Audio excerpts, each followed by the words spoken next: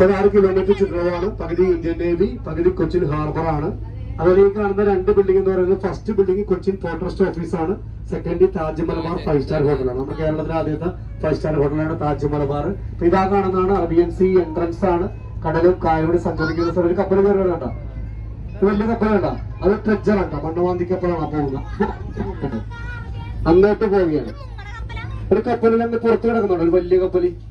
അത് ഇങ്ങോട്ട് കയറാനുള്ള കപ്പലാണത്. അന്ന് പുറത്തൊരു നിഴല് വരെ വേണ്ട, ഇന്റർനാഷണൽ ചാനലാണ് ആ കപ്പൽ കിടക്കുന്നത്. ഇങ്ങോട്ട് കയറാനുള്ളതാണ്. അപ്പൊ ഇവിടെ കപ്പൽ ഇറക്കിയിട്ട് അത് കയറാനുണ്ടാവുള്ളൂ. Peak side Fort Kochi,